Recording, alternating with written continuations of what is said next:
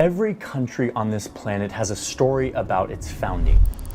Whether it's about a group of rebels trampling the global superpower, or a pacifist delivering independence for the second largest country on the planet, the most powerful man of the 20th century. or some dude pulling out a sword from a rock.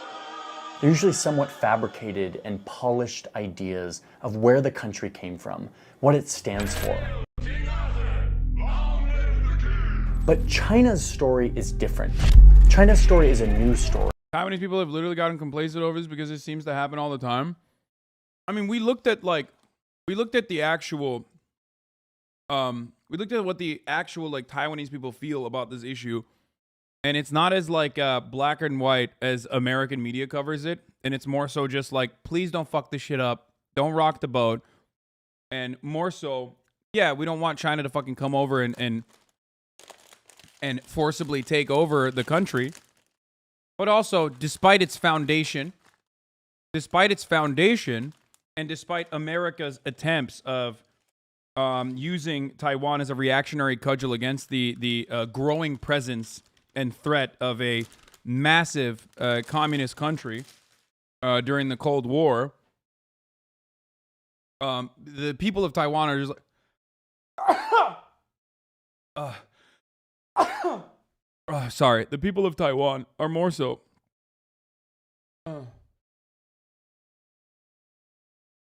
in the business of, business as usual. Keep things the way they are. Taiwan enjoys freedom from the CCP, but recognizes it is one people with the Chinese people. And it is tightly controlled. It's a story that is being used as a weapon to subjugate millions of people, to eliminate ancient cultures, to expand China's borders farther than they've ever pushed before. It's a founding myth that can't be challenged within China, and it has been so heavily peddled and thoroughly implanted into the Chinese psyche that most people believe that China actually looks like this, and that it has always looked like this. But China doesn't look like this. China actually looks a lot more like this. But only if you look at the real history, the facts and the evidence, which is something you can't really do within China. So instead, the Communist Party has created and weaponized the myth of this over the past 70 years to erase these borders, to build islands, to threaten neighbors, and to undertake one of the largest assimilation projects. Bro, this is a fire video.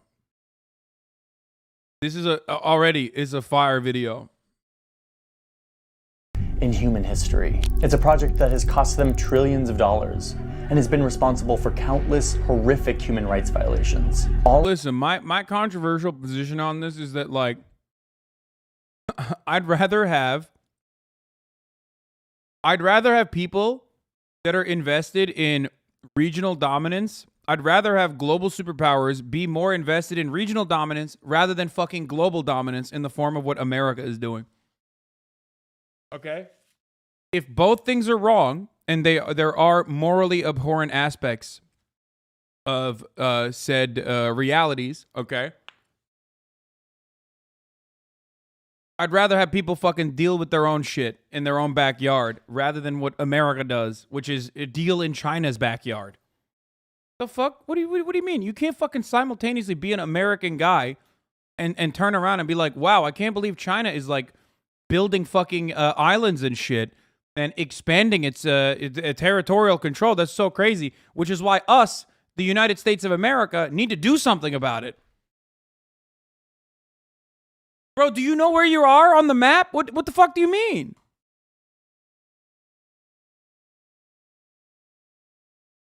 All in the name of preserving a pretend version of history. A version that China believes will keep the Communist Party in power and make China the richest, most powerful country on earth. And what's scary is it just might work. This is the history of the CCP. Xi Jinping does not want you to know. Several mosques have been destroyed in China's far western region of Xinjiang. Xinjiang One of Xinjiang's holiest sites is not only cracking down on Muslims, but on other religions as well. One of the most common sights is the Chinese leader's smiling face. One of the world's most ambitious construction projects is going on in secret. Will not let foreign journalists visit those islands in the South China Sea. 实现祖国完全统一而奋斗。 CPC is actually giving Taiwan really favorable options, to be honest. Taiwan having its own military, no mainland officials there, but Taiwan officials welcome into the CPC. There's a cultural dimension to it where it's about face. They want to put the nail in the coffin of the century of humiliation.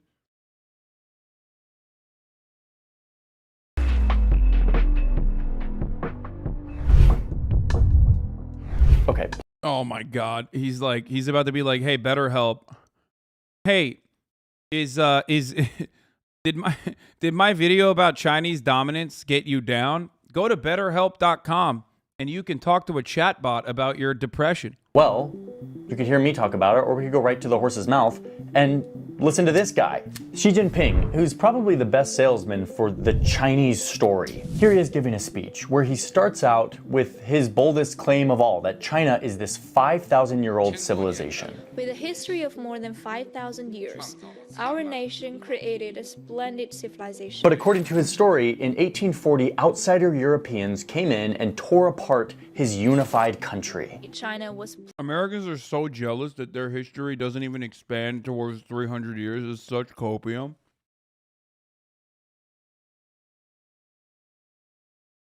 You're literally just jealous at this point. Like, I'm sorry. I'm sorry that the world's greatest superpower currently, okay, not for long, but currently only has like a fucking 200 plus year history, and it was founded by a bunch of fucking psychotic, penal colony survivors, okay? Wanted to do rapes and slavery and genocide. I'm sorry that America doesn't have a robust history that goes beyond that. He's like, oh man, I can't believe this. Like, yeah, it's one of the oldest fucking empires. Like, what are we talking about? plunged into the darkness of domestic turmoil and foreign aggression. And now China is fighting back. We must be ready to fight, build our ability, and keep striving to secure new victories in this struggle. So the modern Communist Party of China is engaged in a project to restore the greatness of China, to make China great again. Okay, right, but this is just a political speech. Wait, so it's only wrong when other countries kill Muslims? No, what China did is fucking completely unacceptable in Xinjiang. Completely. Make no mistake. I've talked about this many, many times over. I've criticized Chinese, the Chinese treatment of Uyghurs many, many times. That's not up for debate or discussion. I'm talking about something entirely separate from that. Speech. Why do we care if this guy's romanticizing the history a little bit? It doesn't really matter, right? No, actually, it does matter. Bam. Take a chill pill. What I want to show you is that Xi Jinping and the Communist Party use this story to justify terrible things. Mass assimilation of people to be controlled by the central government of Beijing. So to do this, let me just quickly go back and we can do a time lapse of this region of Asia and what it looked like over the past few thousand years to sort of fact check Xi Jinping. Here is China, cradle of civilization in Asia. What we think of as Chinese culture or Chinese civilization It's really fucked up. They should have just let Japan take over. They should just let our trade partners cut China apart and just control it. Much more favorable that way. You know. That's what we should have. That's what we should have kept it as. has indeed been around for thousands of years. It was born here along the Yangtze River, where a lot of the language, political systems, writing, art, all of those traditions sort of originated. But from there, the idea of a contiguous, unified China becomes kind of a myth. I'm gonna put the modern borders of China on this map so that you can see what really is happening here. Over thousands of years, if you were to look at this territory, you would see all sorts of land configurations. Looking at this, you can see that China goes from these periods of unity to periods of total division over the past several. Johnny Harris be like, China's doing racism, sweaty, by saying all Asians are Han. Okay? Not all Han Chinese are Han, okay? That's called racism. Maybe you should balkanize China. Have you ever thought about that? 1,000 years, China has gone from a bunch of divided kingdoms to periods of total unity where lots of good things happen. Technology, agriculture, unity, power. During times of division, bad things happened. The country was in chaos, there was destruction, there was war, there was... So, if this is true, then Europe is a fucking lie. Yes, brother, it belongs to the Mongolians. What the fuck do you mean? Dude, finally someone fucking said it, dude. God damn it.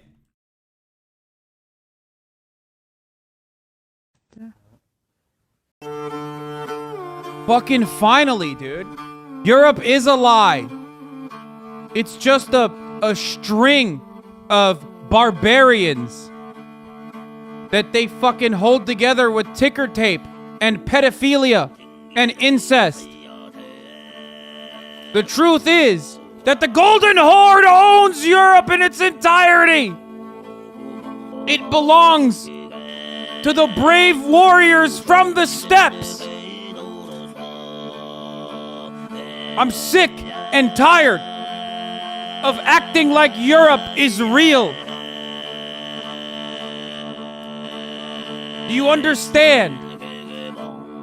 Summon Genghis Khan, summon Attila, and take over and restore order to the Angloid horde that has taken over separated Turkic land. It's called Western Mongolia, damn it.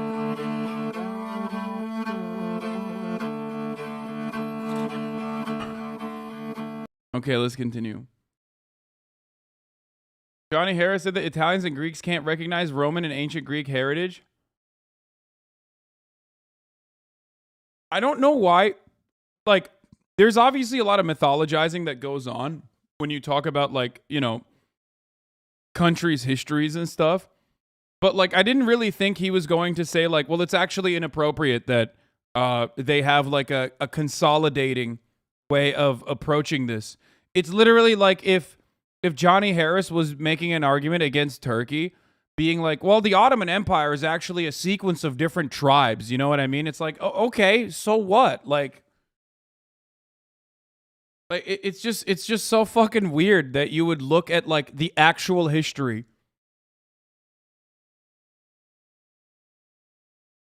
Anyway.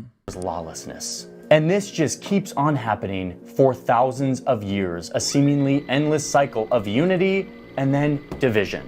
Xi Jinping is very right that out of this region, during some of these unified periods, came, like, real serious advancements in shipping and math and, like, gunpowder and all of these things that, like, have informed how we've all developed as a world. This part of Eastern Asia was definitely on the forefront, but it was never one contiguous China for thousands of years. And the upshot was very clear. Bro, I mean, but, like, even then he described, like, even when he's showing this, was definitely on the forefront, but it was never. Even when he's showing this, like, there are different dynasties that literally fucking took over the entire land. Like, who's to say?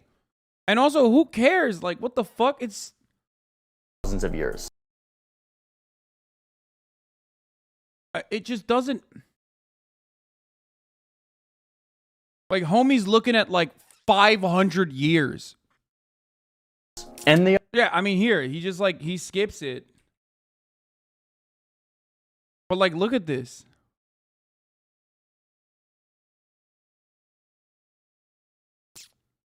It's a filler video, dude. You keep being surprised by shitty writing quality of Harris.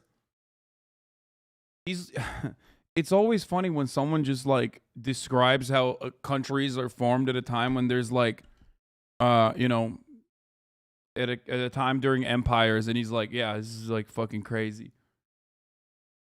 And the upshot was very clear. Unity meant prosperity and technology and all these good things, and disunity equals chaos and bad things. Okay, so it's now the 1700s, and over in Europe, the new fad is imperialism. Right, yeah. There's European countries who are looking for more land so that they can expand their borders, send their armies, and everyone's doing it. It's the French, it's the British, it's the Spanish, it's even the Japanese are starting to get on board with this. And over here, in today what we call China, They had once again slipped into a period of serious disunity. They were divided, but this time it came with an extra dose of humiliation. It's not for nothing that the period stretching around 100 years from the 1840s to the 1940s is known as China's Century of Humiliation. This era He's like, that shit was poggers. They should go back to that. Disunity in China came from outsiders.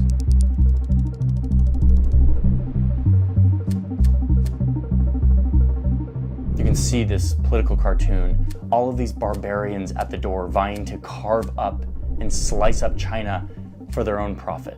China was once again in the dumps, and it was here, while European and Japanese powers were dividing up their land, that China learned its second crucial lesson. Not just that unity is better, but that if you want to survive in this brave new world, you have to play by the new rules. And those rules were very clearly laid out by these European empires. Defined borders, a patriotic agenda, assimilating other cultures into their own. This was the playbook the Europeans were playing. Like, imperialism brought centralization to many of the fucking colonies. There's also a lot of stuff that he's like overlooking, or the brutality that he is not talking about. But like, every country took those lessons. Every country that was a colony literally learned about the impact of centralization and used it to develop their own nationalist, nation-building projects. That's why nationalism is not. That's why, and by the way, centralism predates what Johnny Harris is saying for China. I'm not like super well read on the history of like Chinese empires, right? But even if you look at his own fucking video, you see an effort for centralization throughout different dynasties, right? But if you're talking about like specifically if you're talking about like imperialism or colonialism, and this video completely ignores the Qing dynasty for a reason. It makes his entire video incorrect.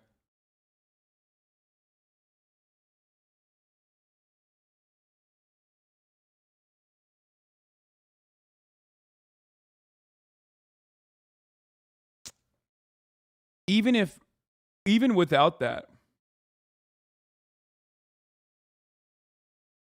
pronounced Qing dynasty. Okay, even without that, it still betrays the main argument that he's trying to make, which is like the main argument he's trying to make, which is like centralization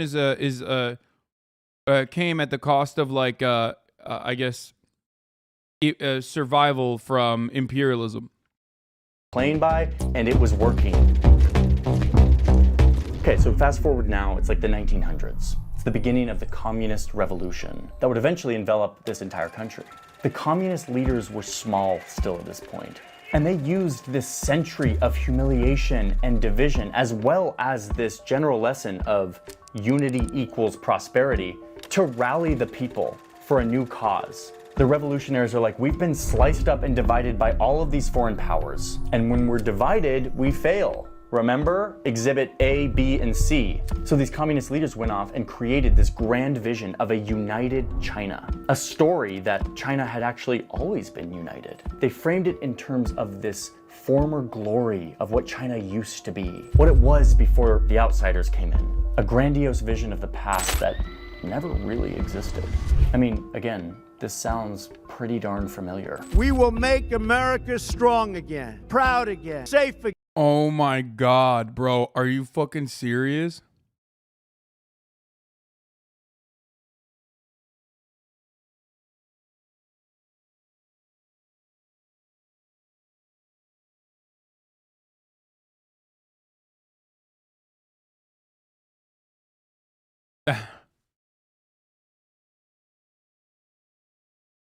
He's comparing a real estate developer television host to Mao. That's awesome. Again, great again. And that became the grand plan of the communist revolution in China, to make China united again, despite the fact that China had never really been fully united. Not like this, but the story, this vision, was a potent rallying cry. China would never be cut up again, never humiliated. They would have defined borders, ethnic purity, cultural assimilation. And so for the last 70 years, that's the great project that China and the Communist Party have been undertaking, creating their own great empire controlled by a central authority. This project has coincided with China getting rich, pulling 100 million people out of poverty and becoming a global superpower, all just in a few decades. All of this. Okay, but like, this reads almost like pro-Trump. Like the way I look at this video, like if you don't have like a automatic anti-China predisposition, it literally reads like promotional material for Chinese prosperity as a consequence of like their anti-imperialist endeavors, which is of course not how most people are going to approach this subject matter, because they're like kind of bad across the board. But like you could unironically be like, yeah, no, Trump is actually good because he's also anti-imperialist. Or comparing China to Chinese nationalist efforts in nation building after being gutted by a century of imperialists destroying it and carving out their lands, to Donald Trump.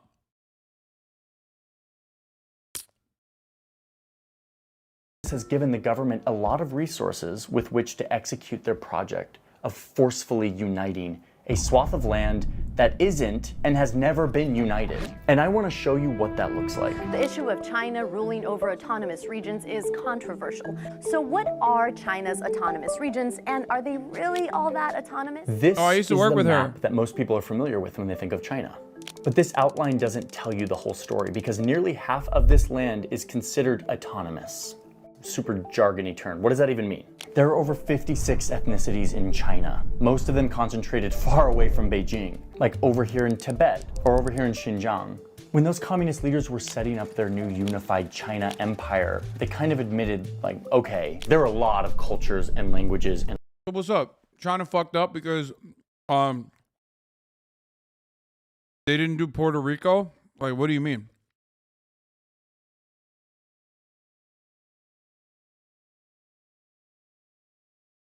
I mean, I guess he's like I'm sure he's like pro Puerto Rican liberation as well, probably. Hawaii. I mean, fucking half the states, brother. Like, what do you mean? Like, we are the United States of America.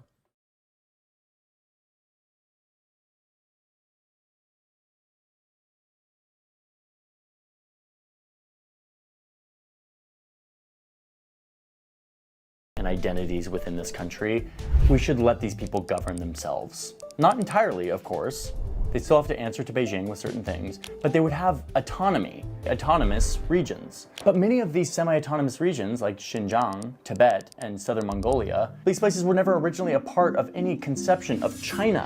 They were forcefully absorbed by the Chinese Communist Party during its nation-building project, like in the past 70 years. Okay, let's get specific here. Xinjiang is a region that is very far from Beijing, not just geographically, but also culturally. It is a huge region, roughly the size of Alaska, has 25 million people, and half of those people... Listen, I'm an advocate for allowing different like ethnic enclaves or autonomous regions to exist, especially if the people in it choose to separate. Okay. But he's talking about fucking like he's literally talking about fucking what do you call it? Like a nation state that existed like 1,000 years ago. No, not like tea time, but like I mean he's making it seem as though like there is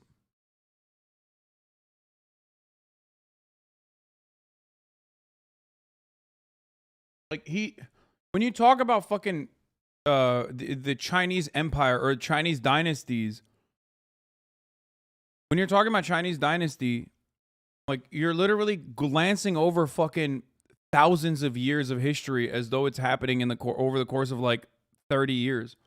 Identify as Uyghur, which are mostly Muslims who are from a Turkic descent, not like a Han Chinese descent. They come from a different culture. The street signs are not in any Chinese language, they're in like the Uyghur Turkic language. The architecture looks a lot more at home in like Istanbul than it does in Beijing, and 5 times a day, the streets fill with the sound of prayer. Xinjiang was an independent republic twice before, but eventually it was overthrown by China. 8 years after China grabbed Xinjiang, the Chinese government did the same thing to an even more remote region at the highest plateau in the world, Tibet.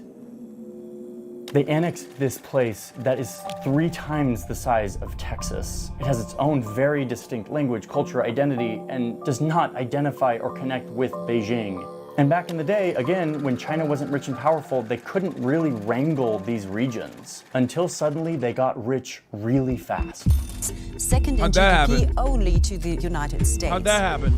And for the past 30 to 40 years, China has been pouring money and people into these 2 regions to make them more like China. It's kind of like the geopolitical version of gentrification. It's basically where non-Chinese societies are subsumed by societal norms of Han Chinese culture because of a bunch of militarization and money. So in Tibet, you see this in the Tibetan schools that are only teaching in Mandarin, not in the traditional Tibetan language. Or you see it in Xinjiang, where the mosques are torn down for being too Islamic and are rebuilt in traditional Chinese styles. Oh, and it starts to get a lot worse. In Xinjiang, the Uyghurs are literally taken away by the millions and forced into concentration camps where they're supposedly forcibly taught Chinese values. The government is involved in a mass sterilization project where they are forcibly inserting IUDs and other birth control forms to basically run them into extinction. And not just like 10 people, like millions of people. China originally gave these people autonomy because they Holy shit, this is so wildly inaccurate. No, the part about Xinjiang, and I know everyone's gonna say, oh, like Adrian Zen's propaganda, or like fake photos or whatever the fuck, but like, no, there is residential schools is a great example of like or analogous to what the Hanification, or at least like the forced cultural changes that were implemented in Xinjiang. And their reason for doing that, or their claim for why they were doing that, was because they wanted to combat separatist extremists, Muslim separatist extremists. That was the take. So much so that like Xi Jinping, everyone's favorite supreme leader, quite literally openly stated that they had learned how to deal with Muslim separatist extremism from the United States of America. This is a real fucking quote from Xi Jinping. Okay? So the idea that that is not the case is ridiculous.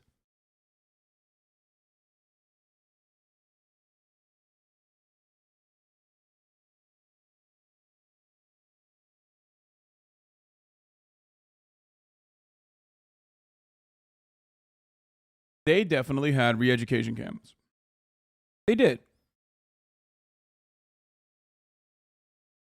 Not inaccurate chat. China is literally modern day Reich. No. Left is spamming about tankies in a chat room. Just admit you're a delusional child who only cares about aesthetics.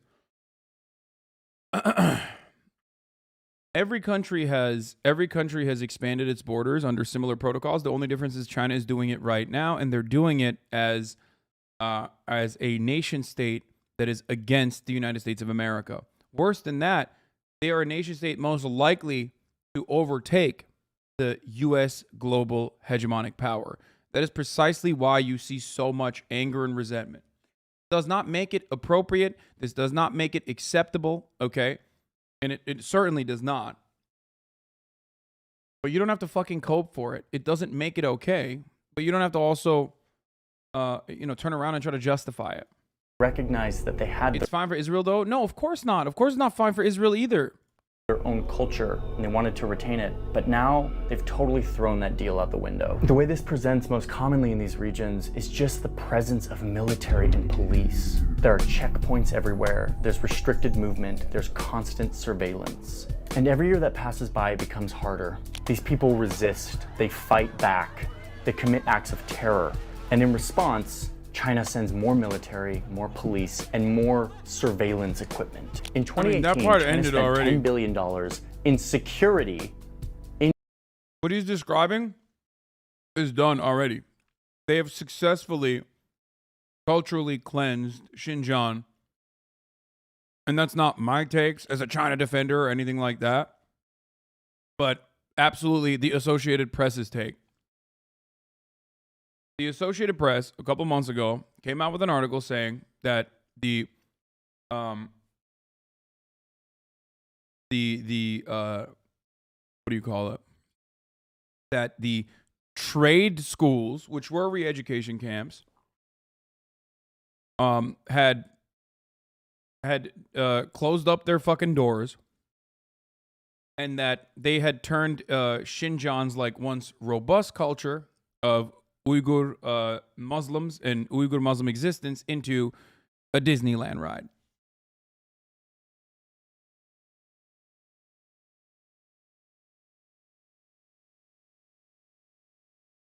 Okay?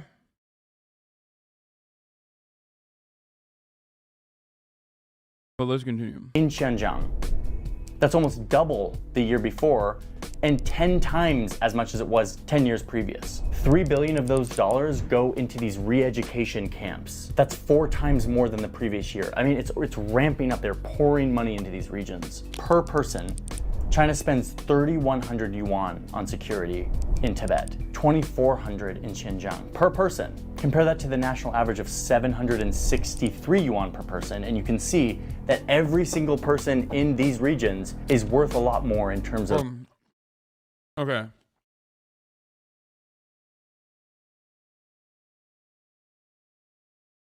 I feel like he got these numbers directly from...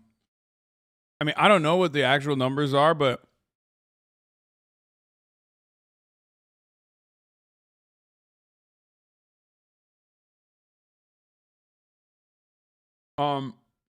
surveillance states still very much exists all over China, especially so in Xinjiang. The spending is not over. Paywall articles, so archive. Oh, yeah. Oh, no, for sure. For sure. The Chinese surveillance state in Xinjiang is fucking insane. It sounds like you defend China's ethnic cleansing in Xinjiang because you refuse to play the top of the hour ad break, a crime against humanity. Fuck you. Fuck you.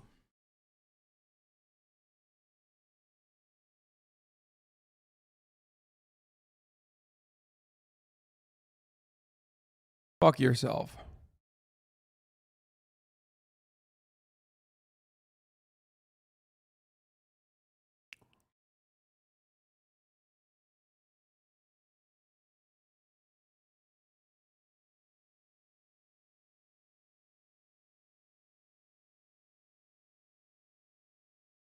At the top of the hour, there's a 6-second ad break. If you no longer want to see those ads, all you need to do is subscribe, which you can do for $5.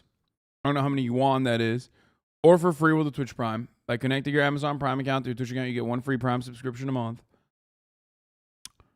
You can also get gifted a sub if you're lucky. If you're not lucky, you make your own luck by using a Twitch Prime, which is how you... and the way to do that is by connecting your Amazon Prime account to your Twitch account. Like I said, here's the 1-minute ad break now.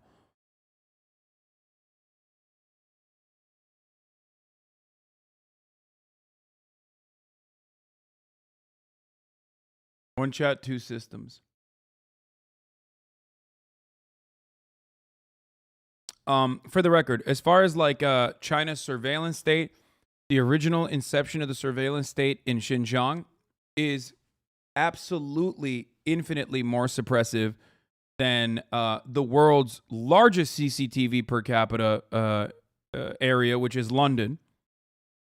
Even higher than fucking Xinjiang, for the record, for those of you who don't know. It is. It literally is higher. There are more cameras per capita inside of London than there are in Xinjiang.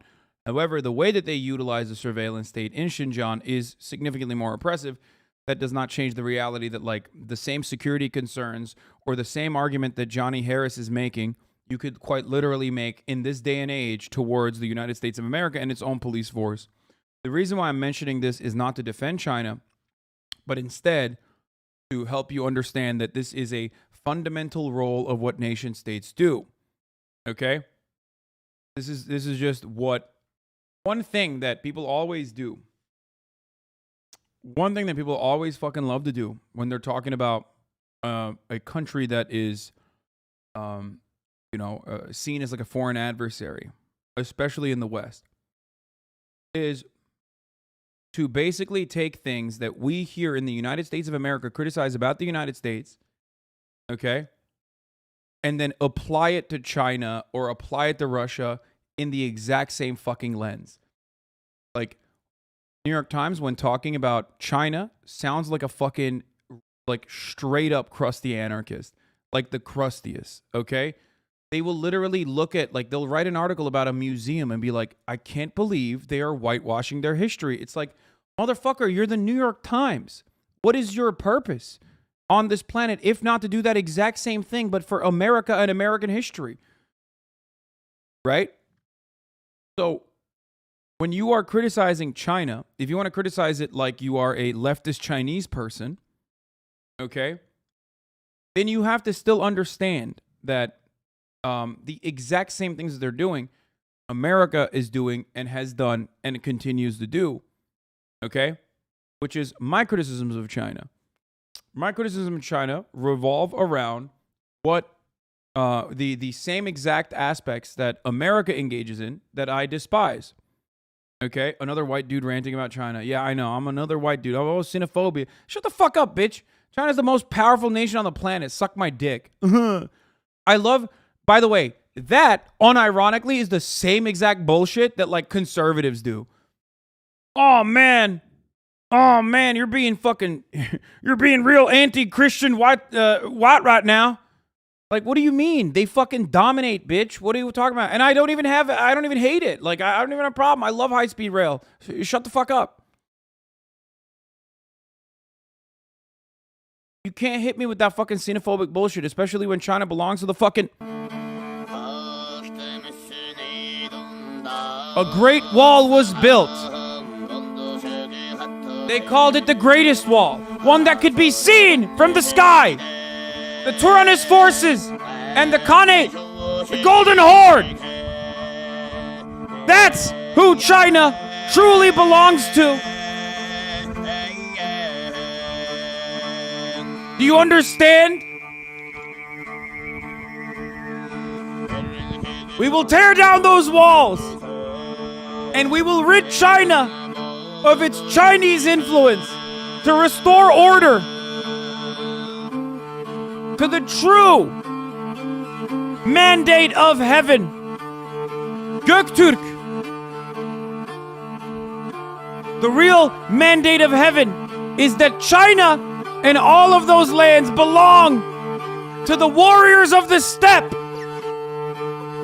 Okay, I gotta stop doing this. All right, let's continue. The cost of making them assimilate. So the question is why? Why is China doing this? Why are they investing so much money into occupying and forcibly assimilating these people? Well, there are several geopolitical and economic reasons why the Communist Party wants to do this. First off, the resources. Xinjiang produces 87% of the country's cotton, for example. And when it comes to Tibet, you can see that they provide a buffer between China and India. Tibet also has the largest freshwater supply in the world, given where they are so high up. China also uses these regions as a part of their big infrastructure initiative, the Belt and Road Initiative. They use infrastructure to connect these regions to continue to fortify their economic. This is my favorite take.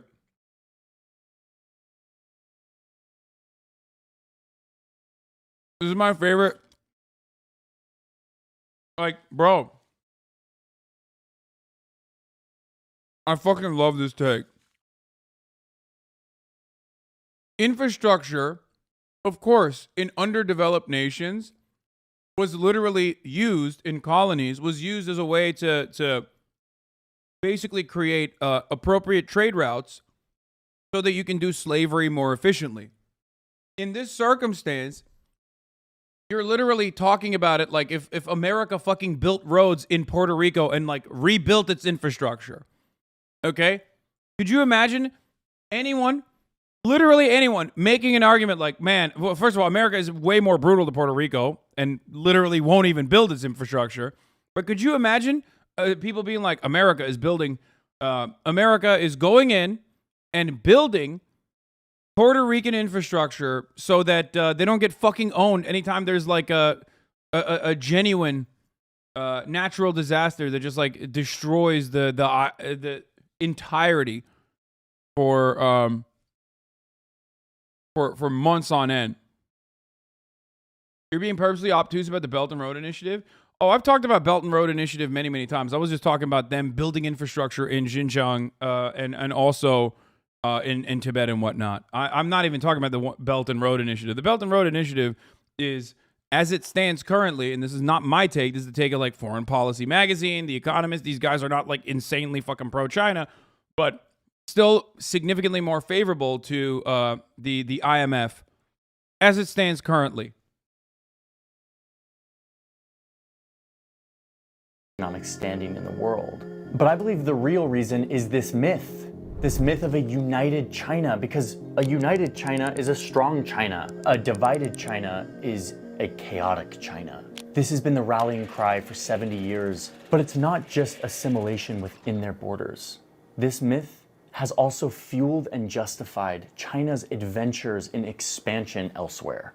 This is the South China Sea. China says it will fight to the very end to prevent Taiwan from being declared independent. The former British colony is being smashed into submission. So now you have China building islands in the South China Sea, claiming that this entire ocean belongs to them? Oh, that's just China reclaiming what was rightfully theirs. Because after all, this ocean's been theirs for 5,000 years. They're just reclaiming it. Violating its promise to let Hong Kong stay independent and absorbing it into China piece by piece?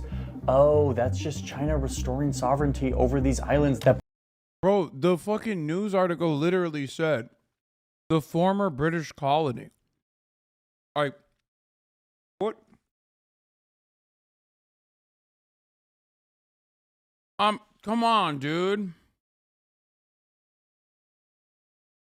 Like, they were slated to fucking give it back to China, like, what, 20 years down the line? So they fucking accelerated it.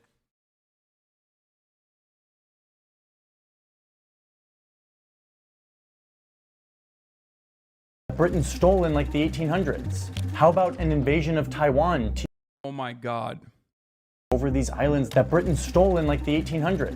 It's like Britain stole in 1800s. That's you know, I guess that's not something you should be considering. You know, that was so long ago. You might as well let it be the way it is. But of course, if we're talking about fucking Chinese dynasties that you know, encompass like 500, 400 years, then that's like, whatever. That's like ancient history. Who gives a fuck? I don't understand. Like, just chill out, bro. How about an invasion of Taiwan to unite it forcibly with China? All they're doing is restoring China back to the way it was. But again, this was never the case. This is yeah, how did that happen originally? Like I said, I'm not super well read on my Chinese history, but if I'm not mistaken, that was more of a role reversal, right? It was like a return to sender type situation. The Taiwan situation. You know, get better generals, dog. What do you mean? Like, you can't just fucking... You can't just be like, yeah, they got destroyed. They got rolled and smoked and dumpstered by Mao. Oops. Like, what are you talking about? That's insane.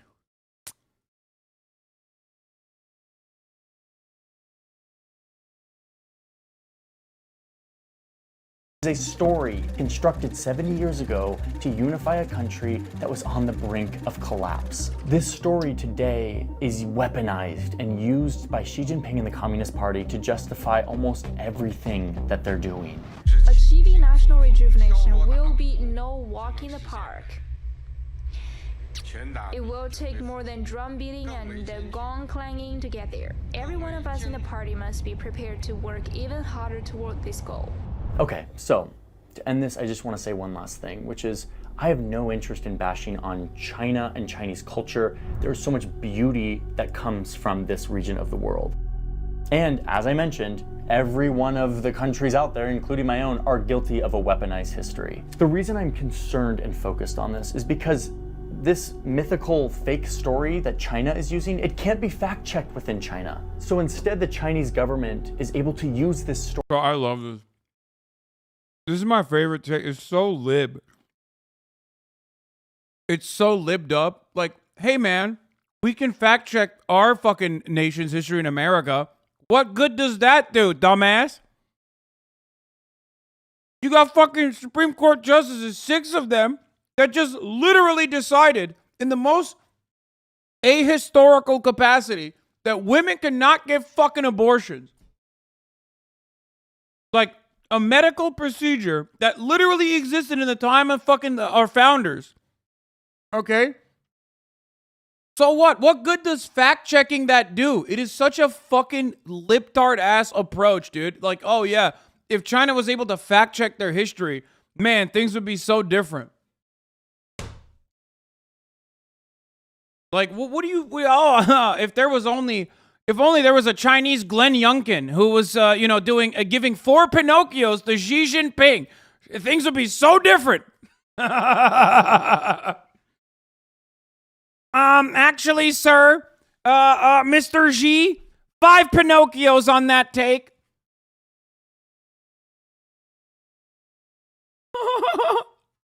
That's awesome.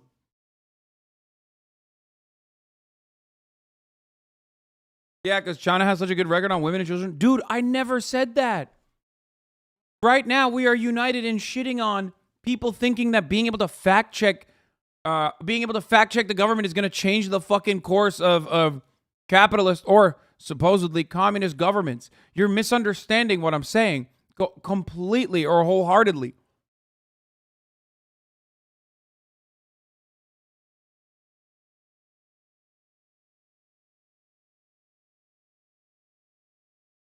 Glenn Youngkin is governor? Yeah, I know. I fucked it up. Whatever. The other dude.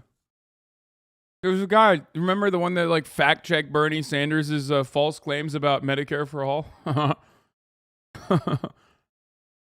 That's what I'm talking about.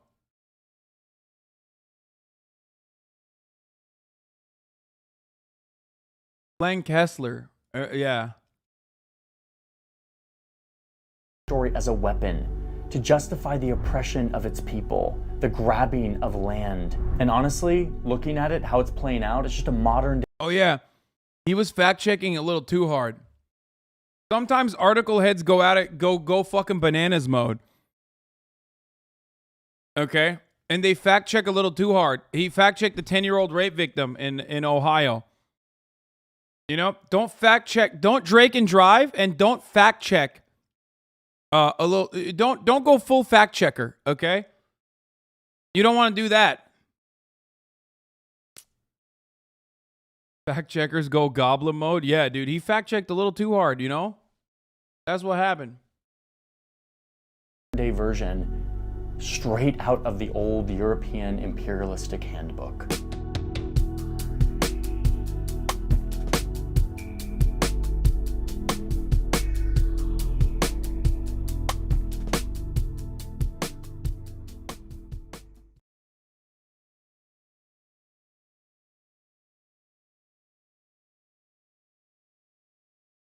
Yeah. I do love the underlying argument here, which is like every country does it, because like Johnny ultimately arrives at the truth, right? Something that I have mentioned time and time again as well. That like every country has done this. It's a part of nation building. You create a fucking overarching mythology, right? And then he says, but the reason why I'm mentioning it is because they can't fact check this in China. And it's like, bro, that's the reason why you made this video? That's the reason why you made this video, dog? Like, what do you mean? Like, what is fact-checking gonna do? Johnny Harris should definitely make a video on why the USA is so damn big, why Canada is so damn big, and also even why Australia is so damn big. The assimilation of Native Americans, destructions, cultures, Massive racisms in America, trail of tears, bloodshed, waging wars against natives and Mexicans, cruel treatment, segregation. Maybe a video on the problem of NATO expansionism is also good to look at. A video on why the USA is so damn big is very needed, though. It's true. Like, do you think, like, you know, someone's going to read this and be like, this is it. This is what the motivation I needed. This is the motivation I needed. I'm going to fight against Xi Jinping now. No, motherfucker. You know what fucking destroys China? If they weren't doing Chinese prosperity, okay? That's it. This is centuries of fucking history. People have revolted against prior forms of government many, many times over. If they weren't fucking building infrastructure, then they would be getting their shit pushed in. No matter how much the police force tries to control territories or whatever the fuck, ultimately, if they weren't giving people a crumb of prosperity and creating the idea that the government genuinely takes care of you if you fucking keep your head down and shut the fuck up, which, by the way, I'm not saying is correct. I like the neoliberal method of control. I've talked about this many, many times over, okay? I think the neoliberal method of control in the form of offering a million different fucking choices, even if it's created by the same eight agricultural producers, is unironically a better mechanism of control because it offers you the idea that you live in a free society when you don't, rather than the authoritarian form of control that you see in China or that you saw in the USSR. Okay? I think that the illusion of choice is a way, and of course, consumption, commodity consumption, and commodity fetishization is a significantly better form of control than an authoritarian form of control that's like, hey, shut the fuck up, keep your head down. We're going to give you some shit. We're going to give you infrastructure. We're going to give you cool trains. And you're also going to end up, feeling a sense of pride in Chinese prosperity. But also, your life will be better than your grandparents. And that's true. That has happened. That has happened in China. Like, demonstrably. It is demonstrably true. Anyone that says that that's not true is ridiculous. You're also betraying exactly what the fucking, World Economics Forum and everyone else says all the time. They love shitting on China and then also taking advantage of the Chinese the Chinese development and prosperity that has allowed global poverty to be eviscerated in a meaningful capacity. Without the Chinese development, global poverty did not go away. It got worse. It genuinely got worse.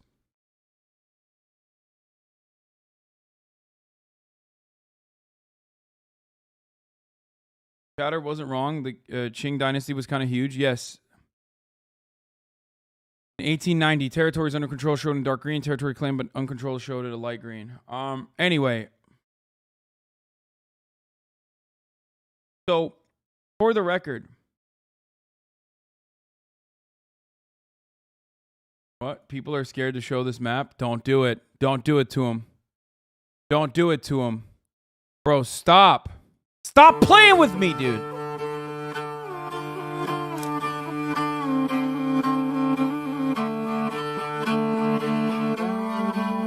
I'm just going to play this while I finish the rest of the salad.